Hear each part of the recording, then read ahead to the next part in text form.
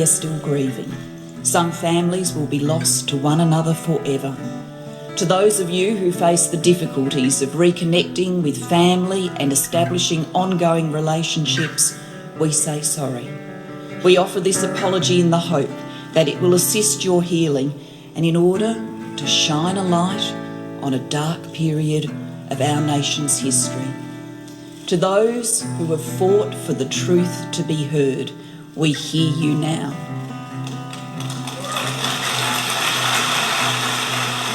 You're listening to Adopt Perspective podcast, a podcast for anyone affected by adoption. I'm your host and president of Jigsaw Queensland, Jo Sparrow. This podcast is a production of Jigsaw Queensland Post-Adoption Support Service. However, the views expressed are those of the people participating and not necessarily Jigsaw Queensland. The podcast discusses adult themes and listener discretion is advised.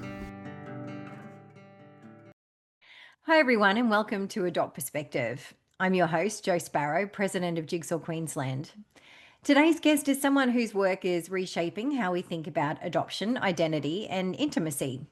Anna Linde is an adoptee, a dance and movement therapist, a sexology researcher, and the founder of the Adopted Sexologist. Her work focuses on the often unspoken intersections between adoption, sexuality, race and belonging. Exploring how adopted people, especially transracial adoptees, experience the body, desire, and self. Anna's writing is rich, provocative, and deeply grounded in lived experience. And whether you've read her article, Unfolding Our Sexual Identity as Black Adoptees, discovered her through the Adopted Sexologist platform, or come across her research in scholarly journals, you'll know that she's bringing vital and often invisible conversations into the light. Anna, welcome to Adopt Perspective. I'm so grateful to have you here. Thank you. I sound like this amazing person. And because you are an amazing person. It's just when you hear it, it's like, yeah, man, that makes sense. So, Anna, I thought to begin with, would you mind sharing a little of your own adoption story, where and how you were adopted and how it shaped your early understanding of identity? Yeah, I guess that makes a lot of sense from every perspective. And I'm born in Salvador, in Bahia, in Brazil. And I'm raised in Sweden with my white parents, which creates a lot of interesting intersections between who you are and with what other people assume or who other people assume that you are. Mm-hmm. And it's a lot about Salvador is the Afro capital in Brazil for a lot of different reasons. So there's a lot of Black people in Salvador. But when you come to Brazil, to Rio or to Natal or some of the other cities, then it's not necessarily so enriched with Black culture. And I didn't know that until I came back when I was 15 or something, because it's like visiting a different part of Brazil than the rest. And that was totally new for me as well. Yeah, I bet it was. Were there moments growing up when you were especially aware of your racial or cultural difference from your adoptive family and surroundings? Yeah, like all the time, I would say. It was more a normal thing to not necessarily feel I was melting in properly, or it was so easy to just be me, because I was usually the only Black person or the only Black child as well in our family gatherings or in school or school meetings and these type of things. So I think being othered became much more normal for me than what I would love it to be in general for people. And maybe because of that, I have the spotlight or the gaze differently wired in my head than for other people. But I guess a lot of transracial adoptees can relate to that. Yeah. I mean, it makes me think of like things from, my perspective as a domestic adoptee. I often felt my difference in amongst all of my family. but other people didn't necessarily notice my difference. So it was something I felt from inside, but they didn't notice for me. But it would be a very different experience for you.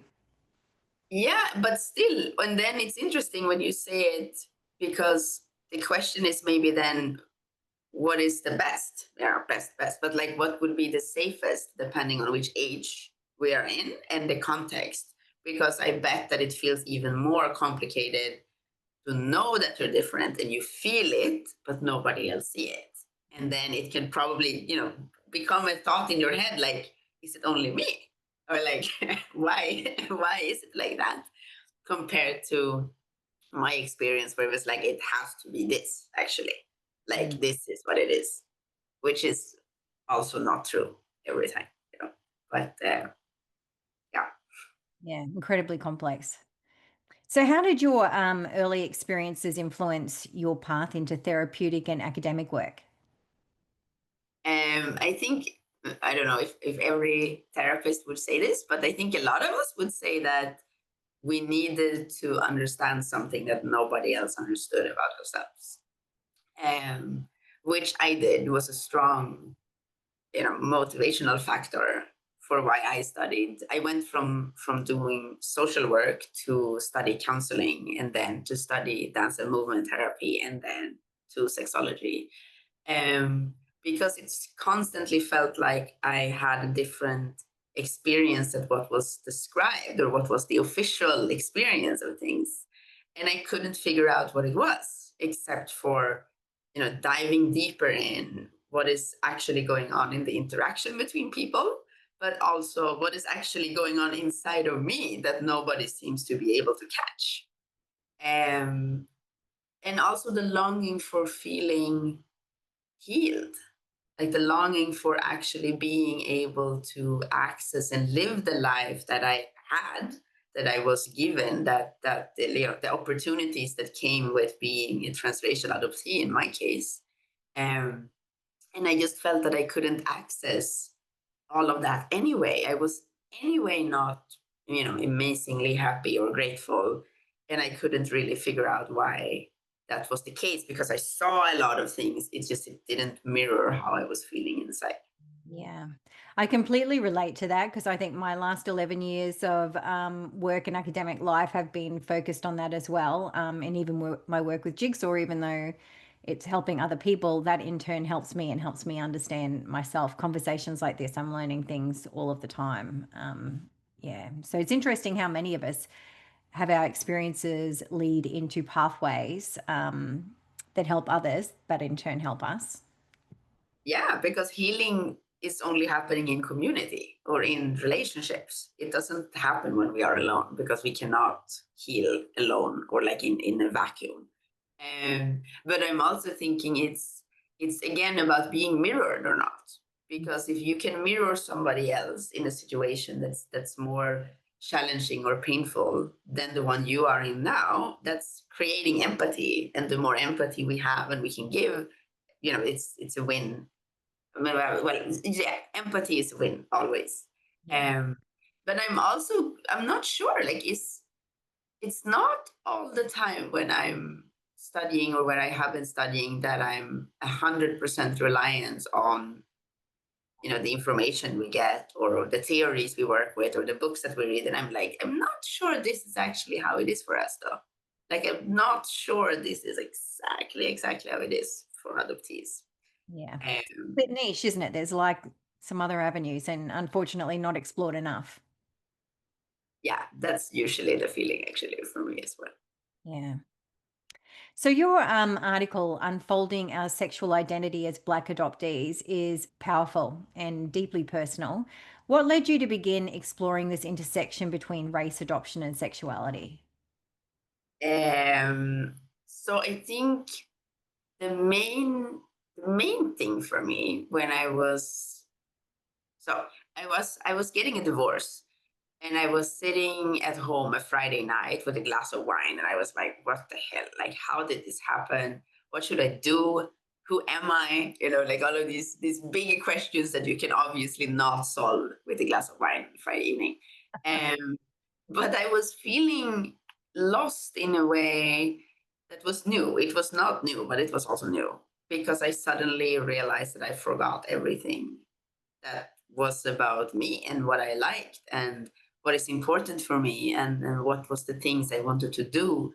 And because I've been so busy in being a parent and being a wife or whatever. Um, and I realized that I've always been interested in sex and sexology. Not necessarily the practice of sex, but it's always been a thing, an attraction, an intimacy, and sensuality. And like it felt like it was a world that I didn't really could grasp. And especially with giving birth a couple of years earlier, which my latest, I have two kids. My youngest one is born in a home birth without stuff there. So on, what do you call it? Like uh, no no midwives, no nothing. Like it was just me and some white chocolate and Spotify, my partner. And Wow. yeah, and that was really a strong experience.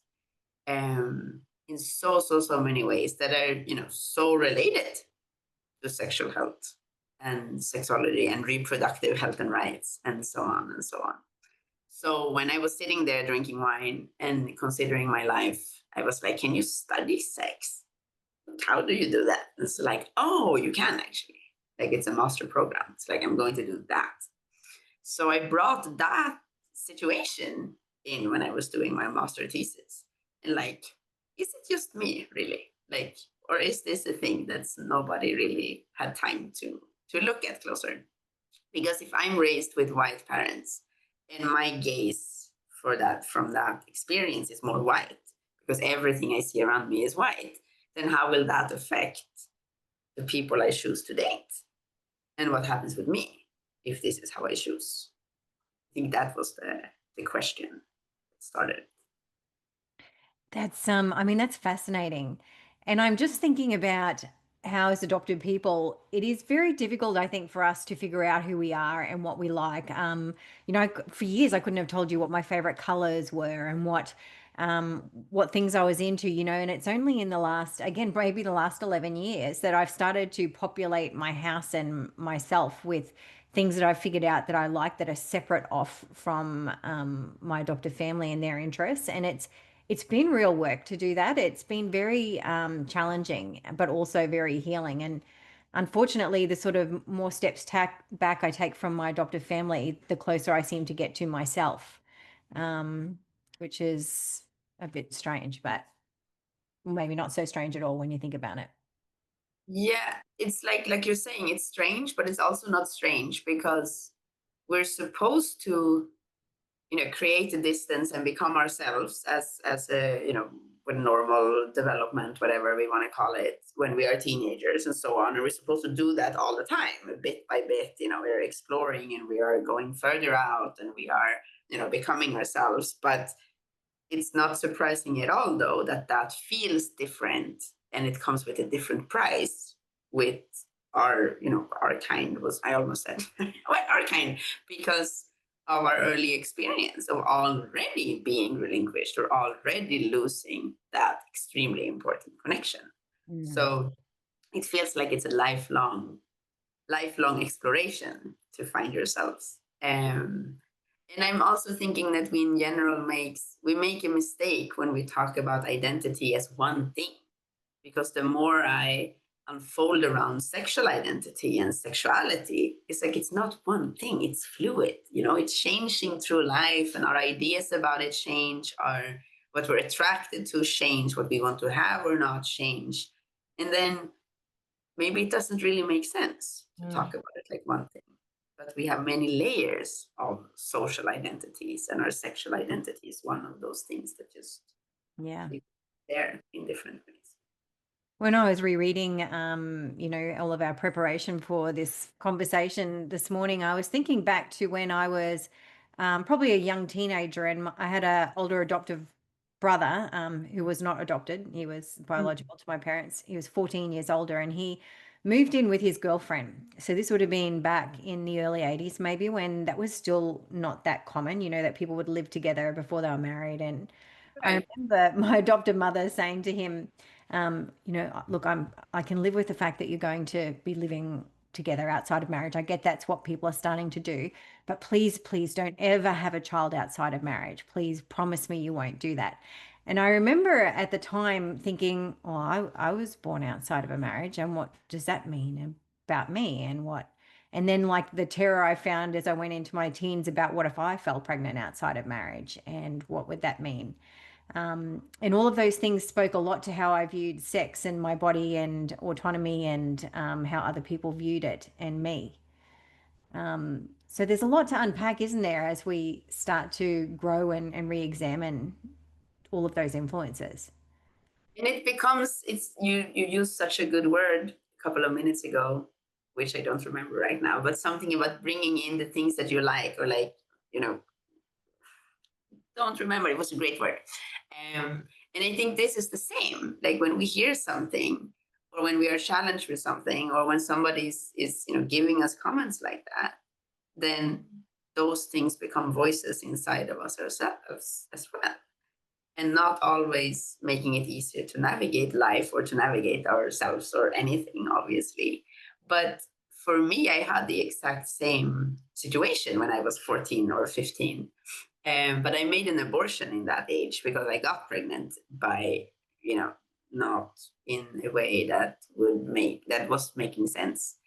Um, and and then, now when I say that doesn't make sense, well, that's my adult brain that is saying that it didn't make sense. But how it felt in my body was that it was the only thing that made sense at that point. And I think a lot of us are just trying to find our way home.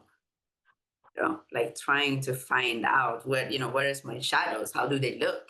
What is going on here? What am I carrying? And how do I actually find it? Because I don't see it from here. So when we get, a crumb of something that we recognize, or a crumb of something we really need to unfold, then we might grasp it. It's just that it might not be the best strategy to figure it out. Gosh, I almost don't want to ask the next question. I want to sit and think about all of that. Yeah, but it is a lot to think about. And when you're doing it, or from my perspective, when you're trying to understand that, or when you're trying to, find your shadow or your tail, or whatever, then what do you really have to navigate with? The norms in society, the rules in your family, the expectations from your, like your adoptive mom said, or your mom said, that, make sure that you're not getting pregnant. Okay, that's one narrative then, or one truth. But then how is that helping you, with your special story and your special background and your special life? Like maybe it's not helping you. And then how will we know?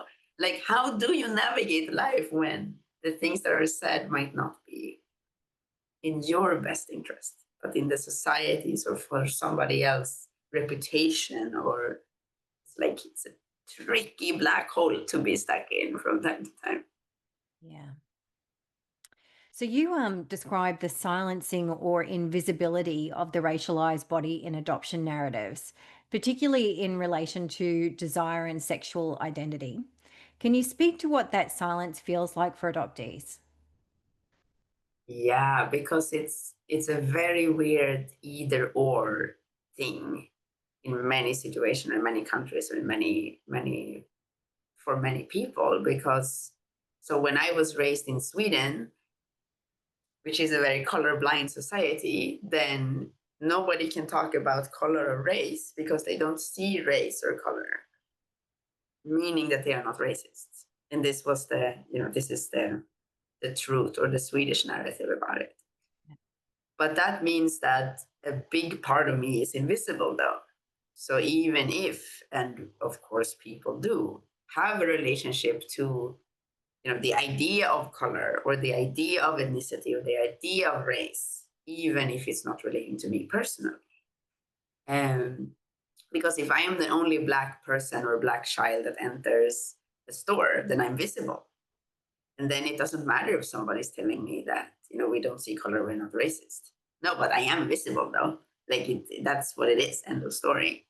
But to have that ignored in sexual situations or in intimate meetings or in dating just made me realize that it's officially invisible until we are alone. Then it's not invisible at all. Then it's a thing instead.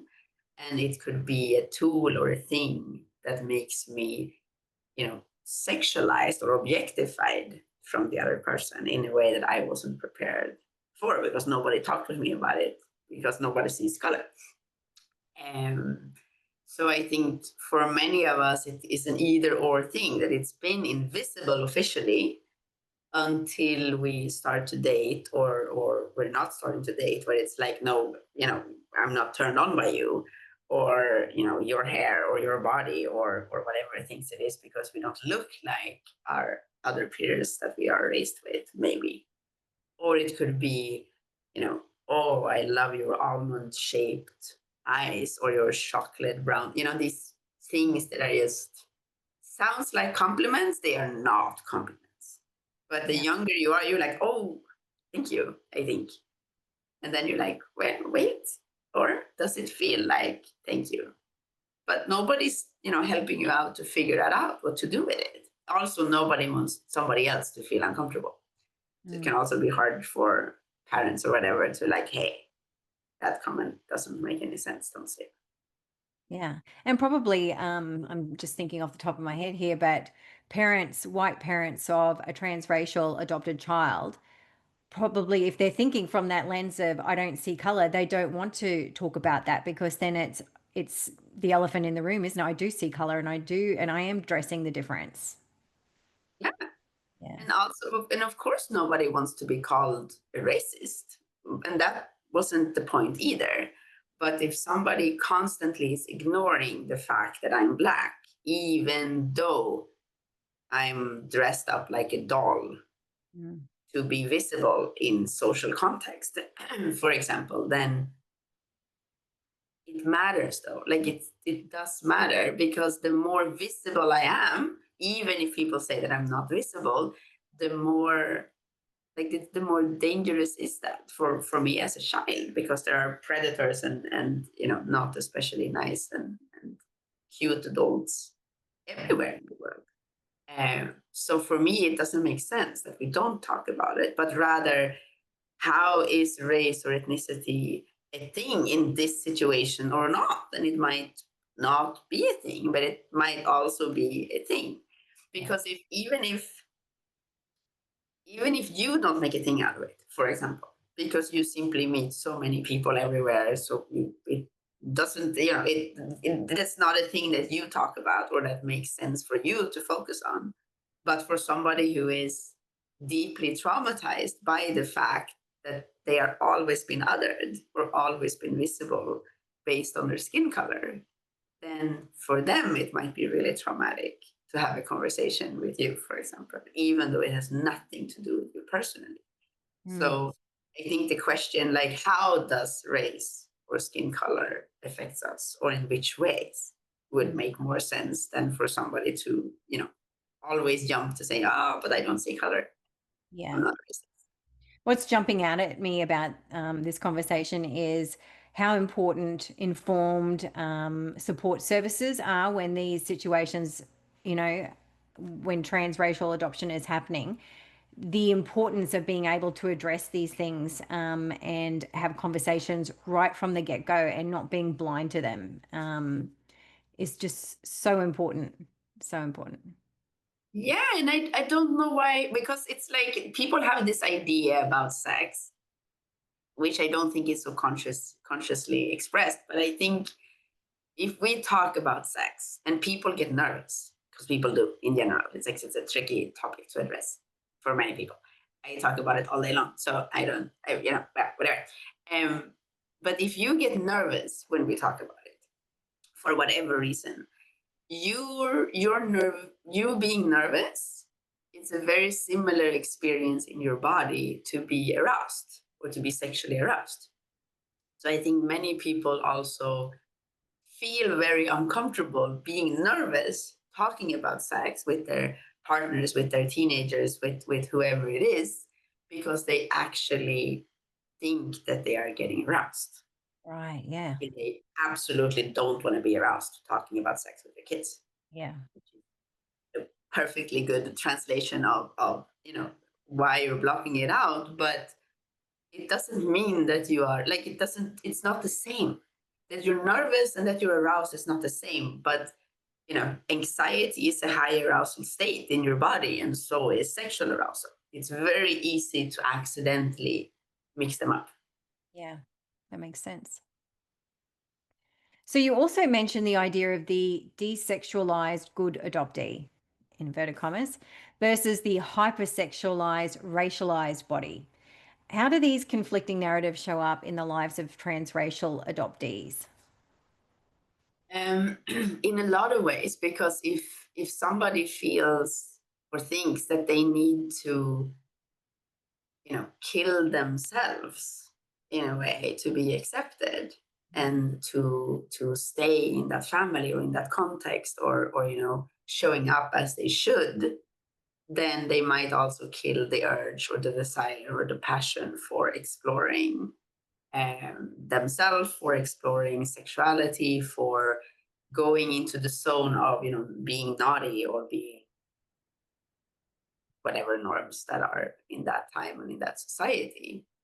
But also because of the ideas of the stereotypes, the sexual stereotypes around racialized bodies, where Black women in general are very, we're very aggressive, or we're always ready, or those type of ideas, compared to, for example, Asian men, which you basically cannot even sexualize because their bodies are made unmasculine or like demasculine. And then how do you sexualize somebody that's not even allowed to have their own sexual expression?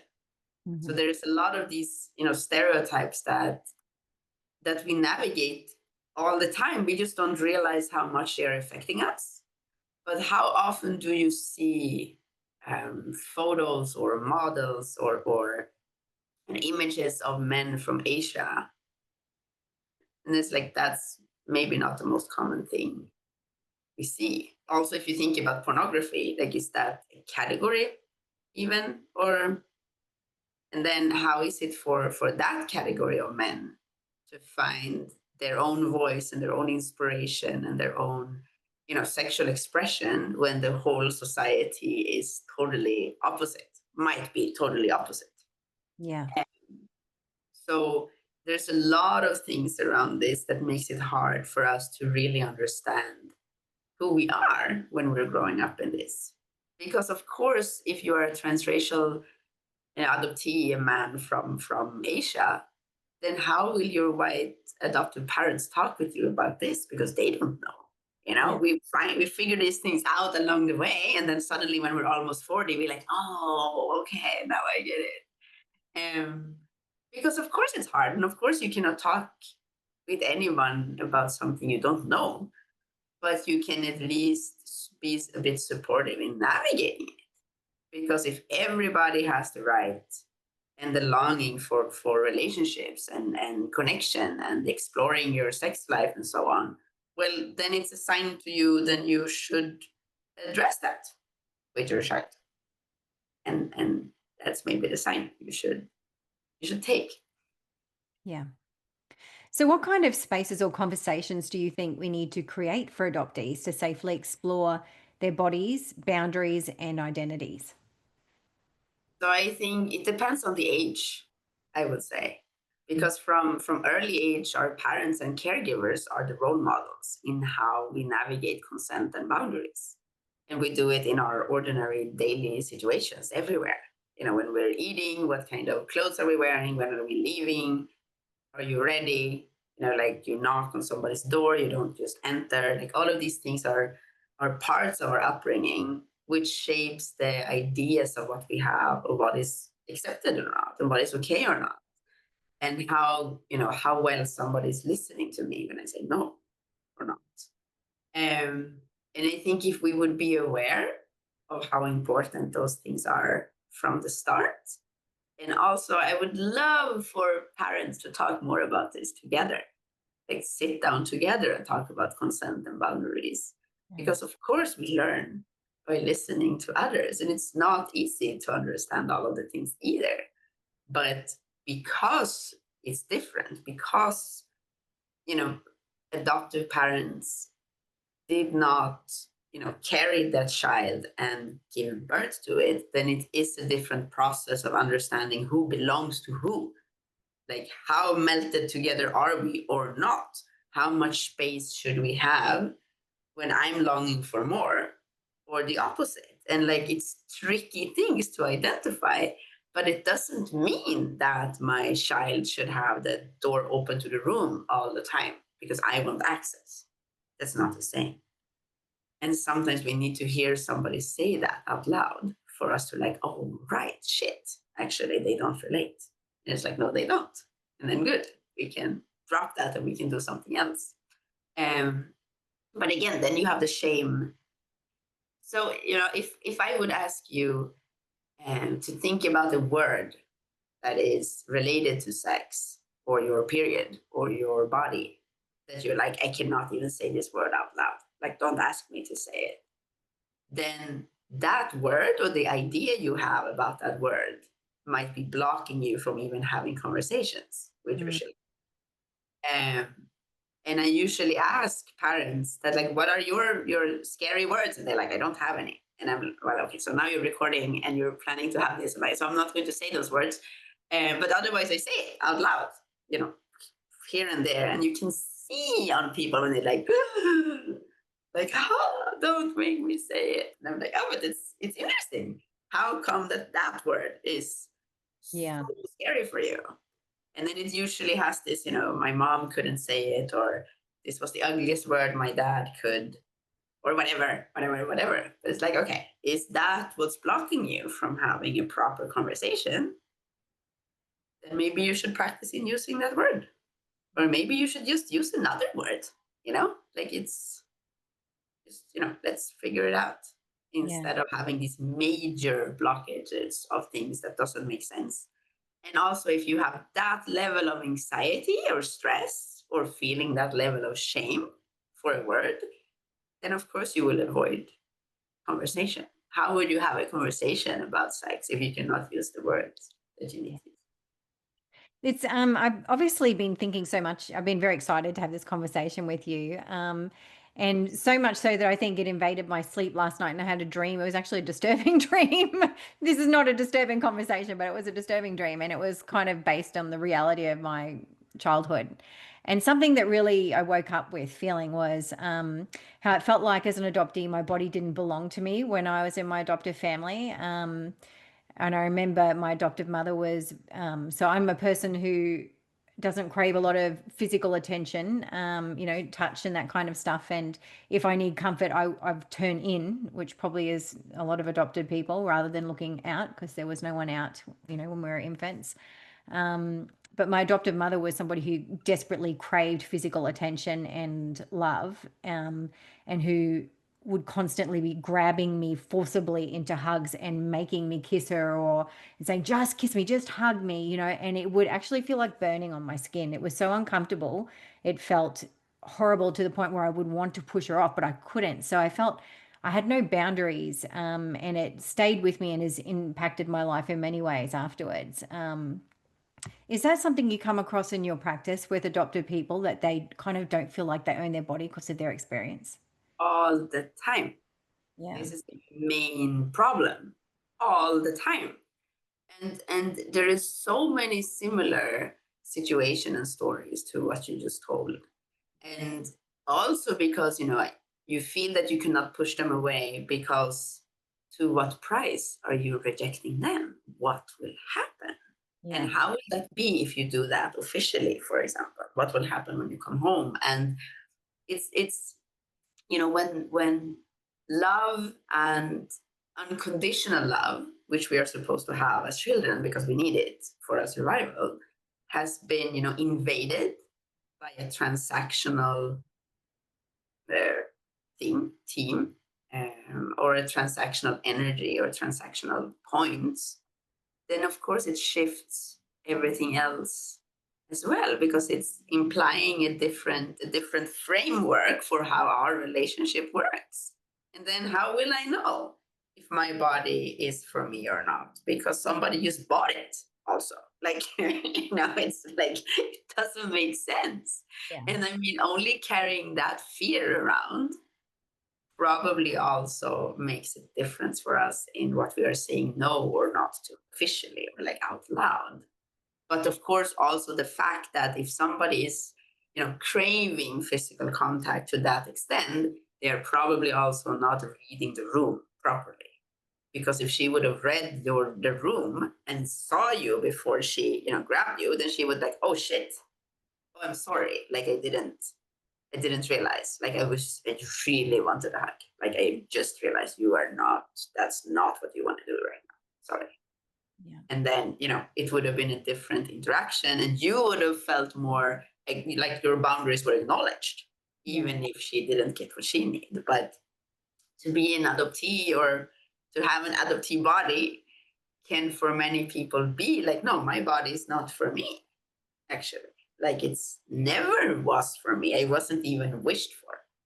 How could it be for me? And then it puts a very, very tricky emotional or mental, prison for many of us when it comes to consent and boundaries. Because how do you consent to something when you couldn't consent to anything so far? Yeah. Ooh.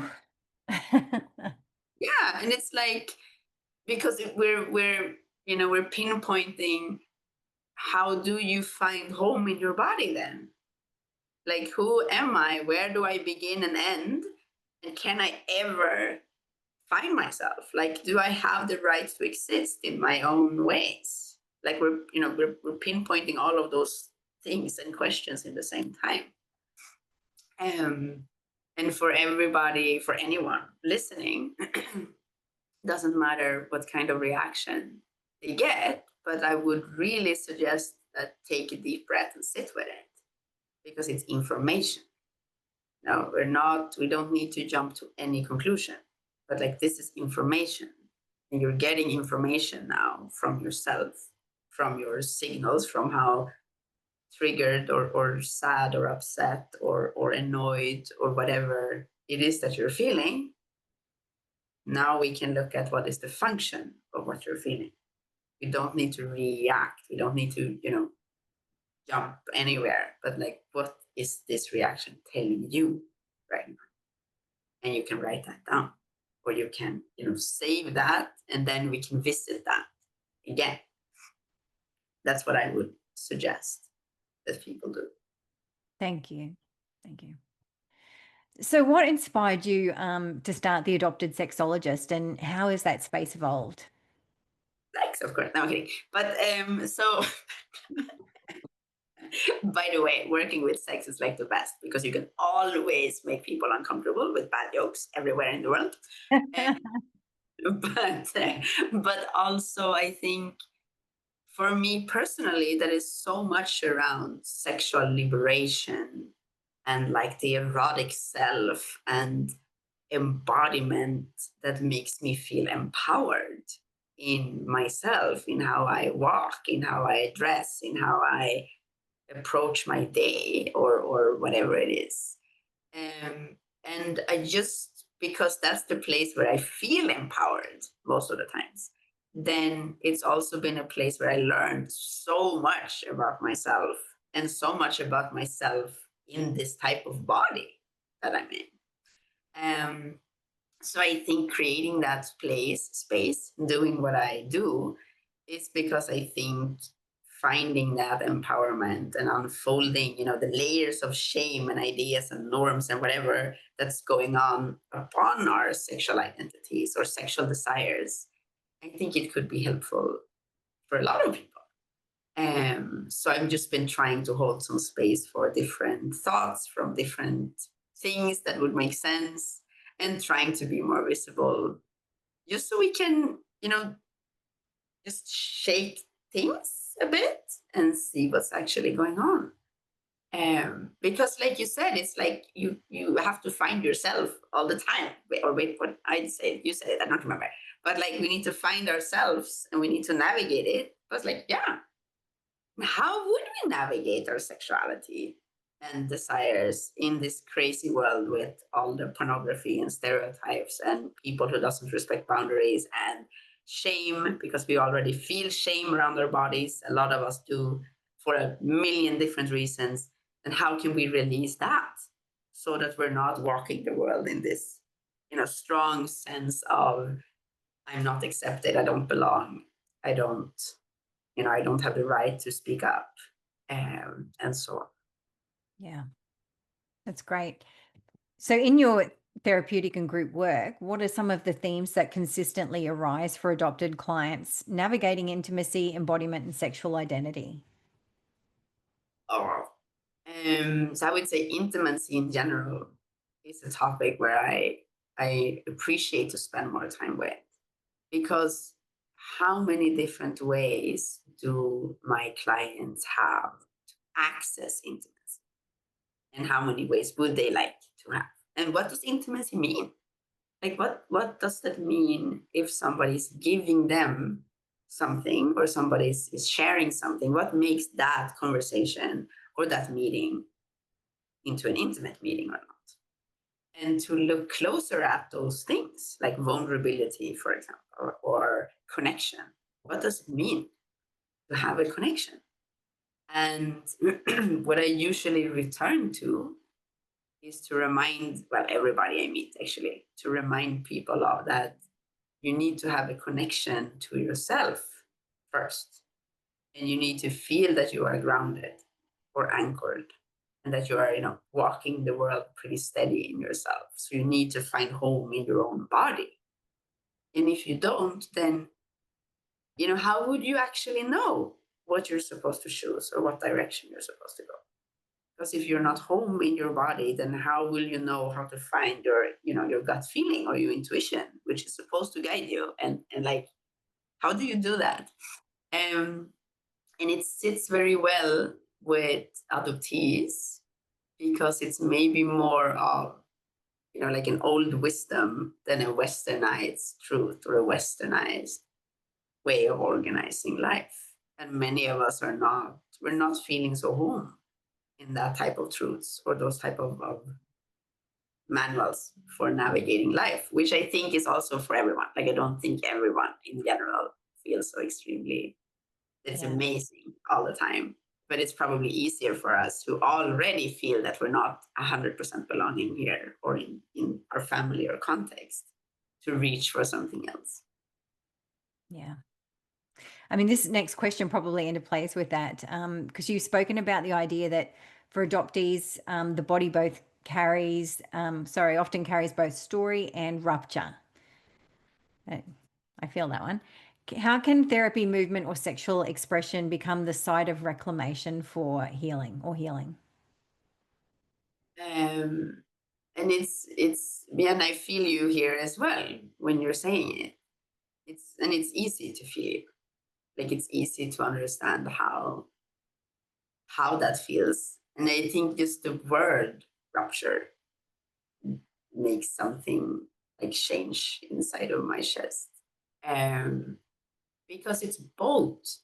Like we have so many things inside us, so many of our stories of part of us that people has, like, this part is okay and this part is not. Like, we can do this, but like this, we don't like this side of you, or like you don't cannot behave like this, or this is not correct, or this is not good, or whatever.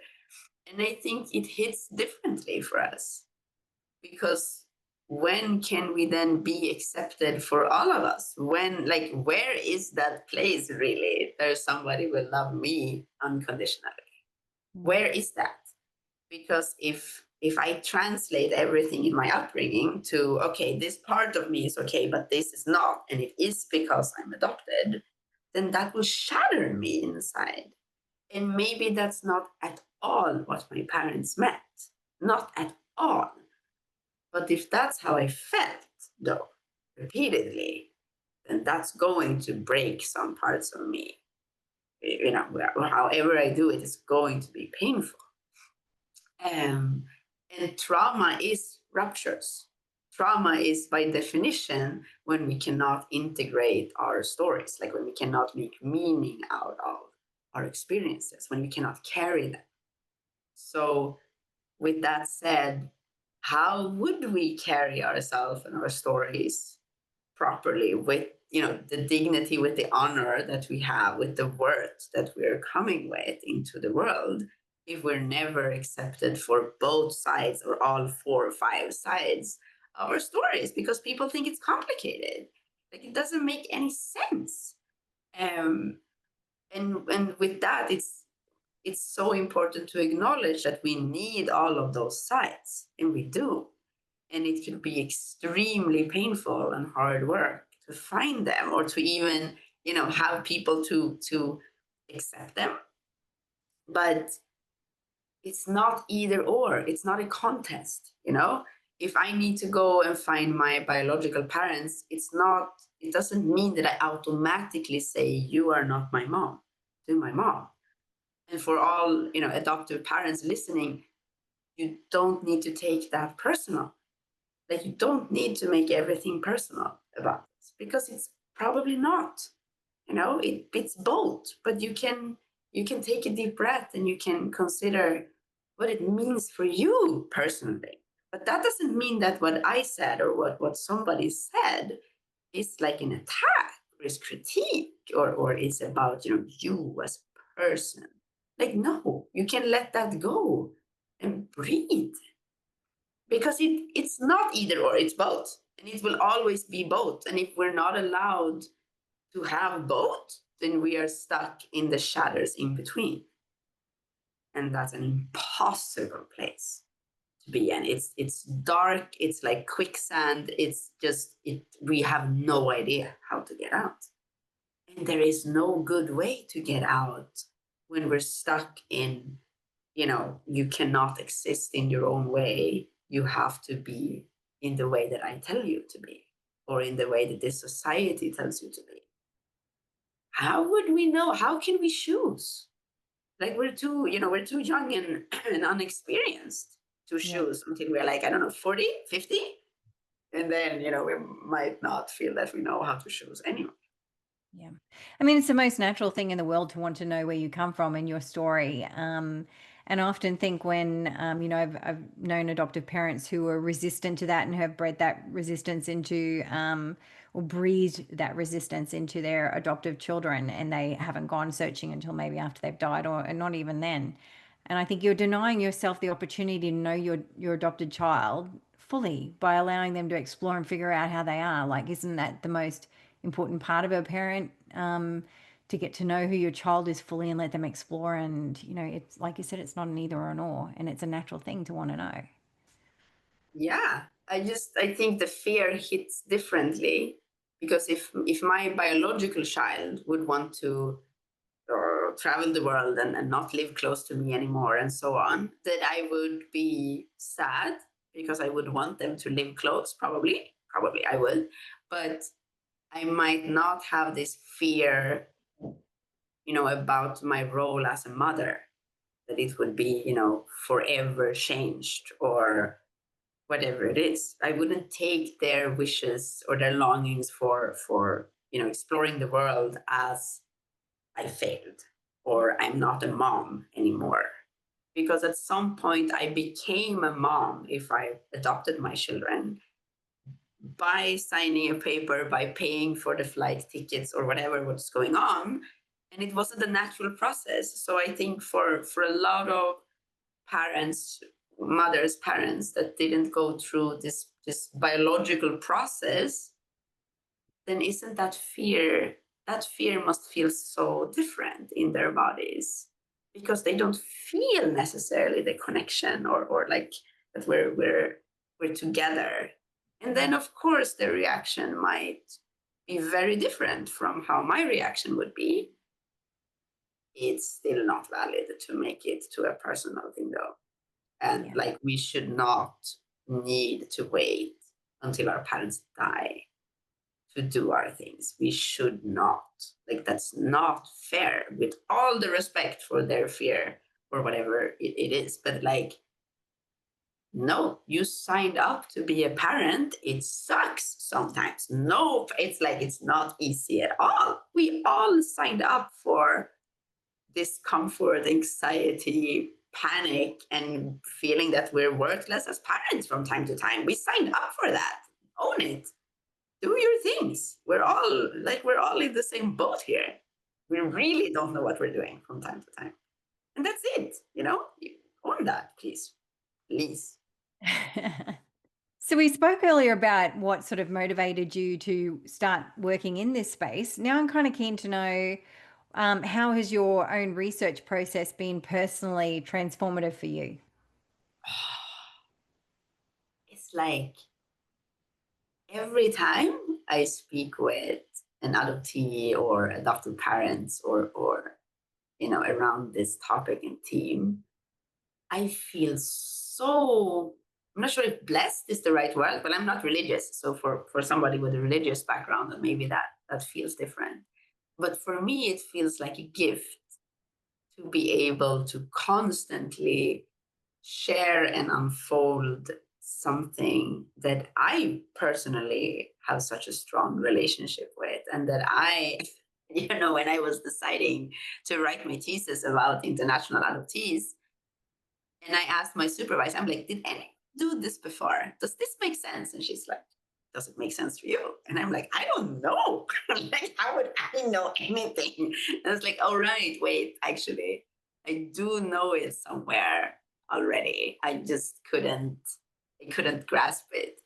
So I also feel blessed and humble for my choice to do it anyway, even though nobody really did it before. And it felt like, how will I even do this? How will I motivate this? Like, what is this idea? Or is it just me? Like, is it just me who is constantly dating older white men? And should I just stop doing that? And I'm like, wait, no, that's not making sense again. Like, there is something here. I just don't see it. And I would really like to understand what's going on, though. Yeah. But no, it was a very interesting start. Like, do I know what I'm doing at all? No, like, no, I don't. But yeah, no, I feel humble every day, and it feels like a gift every day to talk about something so important, not feeling shame or guilt around it as well, because it makes me free. I'm glad to hear that. So what advice would you give to adopted people who are beginning to question or explore the intersections of adoption, race, gender, or sexuality? There is so much to explore here. Like, there's so much to explore. And I would say that it's really important to think about the function it has for you. So if it's dating a specific type of person, if it's a specific type of relationship, if it's a specific type of sexual practice, whatever it is, what function does it have for you? Why are you choosing this right now? What function does it have? It's like, if you have sex with your partner in the morning, that day, this day, whatever, then that sex might have a function of you wanting to feel cuddled, or you want to have, making love, or you want to be close, like you're longing for intimacy. But later that evening, the function of sex might be totally different, because you had a shitty day, your boss sucks, and you are upset, and you just want to really get that out of your body. Then the functions is different. In the same day, they can be totally different, and both might be 100% valid. But if you don't know what the function is for you, then how will you choose the right person to share it with? There's so many things can go wrong here. And I want this, and then it's like, this is 100% not how this person shows up, or persons. So I would love for us to have more self-respect and more, focus back on, what does this mean for me? Why am I choosing this? And give ourselves some time to unfold that. And maybe also that, allow yourself to think about what you're choosing. Because if it feels good before you're doing something, you're choosing something, if you're out, for example, you go out and dance and you find somebody and you're like, wow, this person is amazing. Then if you think about spending the night with that person and it feels good then that's great. But how will you know that it feels good in that time at home with that person or wherever you are? And then you have to figure that out. Like, how will you know if this is a good idea? Like, did you talk enough about boundaries? Are you sober enough? Are you old enough? Are you, all of these different things. But it's also supposed to feel good after. Because, I think everybody has that experience that you just wrap your clothes and you run off, or you're like, oh, shit, how can I do this? Or whatever. But then if you don't know if this will feel good after or not, then maybe it's not the right decision, even though it feels like a great idea at that point. Maybe you should go home and sleep, take this person's number, and call them for a brunch sex tomorrow. Then, if it feels so extremely good on a Friday 3 a.m., then why wouldn't it feel good on a Saturday 2 p.m.? And it, like, give yourself some time to think about it like that. Because if we are scared of saying no in that moment, because we might lose it, whatever it was, the attraction, the connection, or the horniness, or whatever it was. But is the fear of rejection something as well, maybe? Or me really wanted to feel chosen, a thing, and I'm scared that this person will simply just find somebody else. Then maybe it wasn't for you. Maybe, Yeah. But and if you still want to choose it, okay, but choose it consciously. Then you know what you're choosing. But then choose consciously. Don't just end up in situations and then you feel shitty about it after. Yeah, that's it. So much of what we can do is autopiloting through our life, isn't it? Without examining our motivations or what's driving the behavior, and that's where we can run into trouble, is when we're autopiloting, because then it's not always the good things that are motivating that. Yeah. Yeah. No, and it's okay anyway. Like, you can, whatever it is that you're feeling, it's okay. It's information. But it doesn't mean that it's the right decision to make in that moment. You can make it next week if you like. You can make it tomorrow. But it doesn't mean that you should make this decision exactly right now. Mm. And I would love for us to practice more in that, like that capacity to just like, wait a second, what am I thinking now about how I'm thinking? And like, what is actually going on? Am I this attracted to this person? Or is that person so attracted to me? And I feel it. And are we going to speak the same language about this when we come home? Or is this, something totally different? And so on, and so on. Yeah. Yeah. So what about, Anna, for therapists or practitioners, what do you wish more of them understood when working with adopted clients, and particularly transracial adoptees? I would I would love for professionals in general to stop comparing what we're saying with their ideas around adoption and the narratives about being grateful or how much better it's been or blah blah blah blah blah blah, because it's not giving us any justice or any right to explore our true stories if we need to explain to you over and over again how it actually was for us, because we end up in this either or, yes or no, right or wrong situation. If I'm speaking with a therapist and the therapist or counselor or psychologist or whoever it is like, oh, but it's so much better for you when you're here. But that's not being with me. Then they are with themselves in their ideas of me, looking at me, having their gaze at me. It's not building trust. It's not what I need. It's not a healing environment. That's not going to keep me safe. no, do not do that. Stop doing that immediately. Because you are othering that person that you're talking with, and it's not fair. That's not what you're supposed to do in that situation, in your professional, whatever agreement or idea that you have. And I don't think any adoptee or anyone in the world wants to be made an object for you to, look at, or you to unfold in a setting that is supposed to be healing. I cannot think of anyone that I think would feel that that's a healing experience. And if you ask a professional, if you don't feel this, if you don't understand what I'm saying now, or if this upsets you, now that's information for you. Yeah. Go home and sit down and breathe and look at that while that is pissing you off. Do not bring that anywhere until you look at it, because that's on you. That's on you. That's not on us. It's not, I'm not saying anything that is especially whatever. But if my boundaries, or if me asking you for, like, you should ask for consent to make me an object, if that pisses you off, sit with that.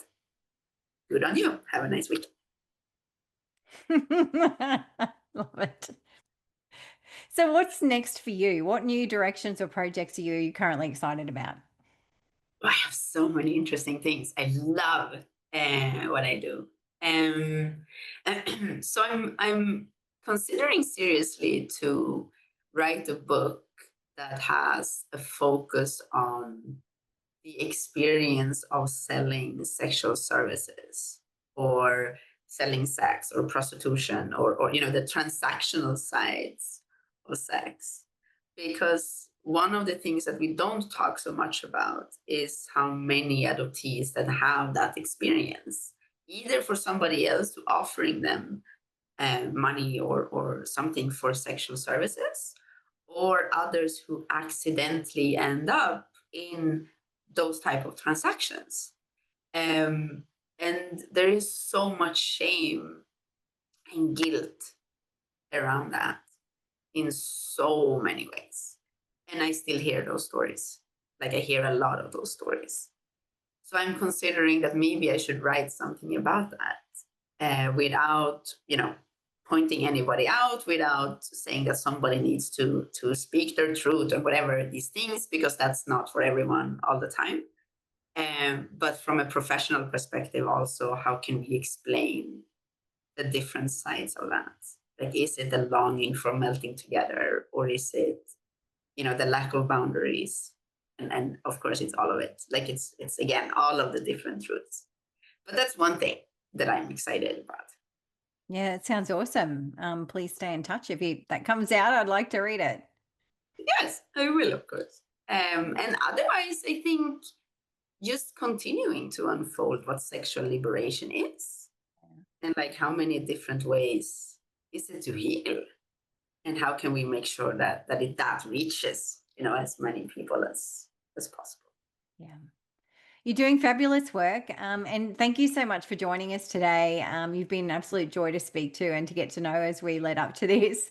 Your openness, your courage, and your clarity is just what we need in this adoption community. And the work you're doing is not just important, but it's really vital. So you're helping to open the doors that many adoptees don't even know that we're allowed to walk through.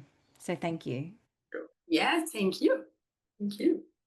And to our listeners, I encourage you to explore Anna's writing, her platform, The Adopted Sexologist, and we'll put some links in our description under the podcast so that you can find that. There are conversations that we need to, these are conversations, I should say, that we need to keep having about the body, desire, race, and the lived complexity of adoption. And if you're looking for peer support information or just a place to feel heard, Jigsaw Queensland's here for you. And if you have a story that you'd like to tell, just go to our Jigsaw Queensland page, find the podcast section there, and you'll find a prospective guest form that you can fill out and send in to us. And You can support the podcast by listening, sharing, making comments, giving us a rating, and even just letting us know. Like, you can email us at support@jigsawqld.org.au. Let us know what you think about the podcast. We do love to hear from you.